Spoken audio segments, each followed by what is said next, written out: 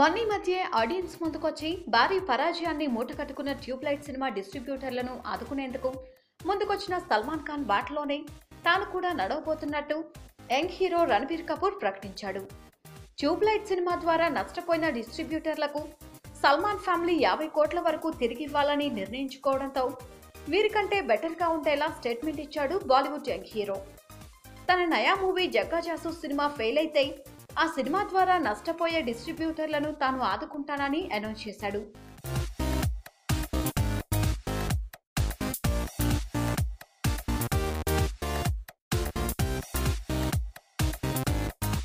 అయితే ట్యూబ్లైట్ విషయంలో సల్మాన్ తీసుకున్న నిర్ణయాన్ని తానేమీ కాపీ కొట్టడం లేదని, అప్పట్లో తన తాతగారైన రాజ్ కపూర్ కూడా ఇలాగే నష్టపోయిన డిస్ట్రిబ్యూటర్లను ఆదుకున్నారని రణబీర్ కపూర్ గుర్తు చేశాడు.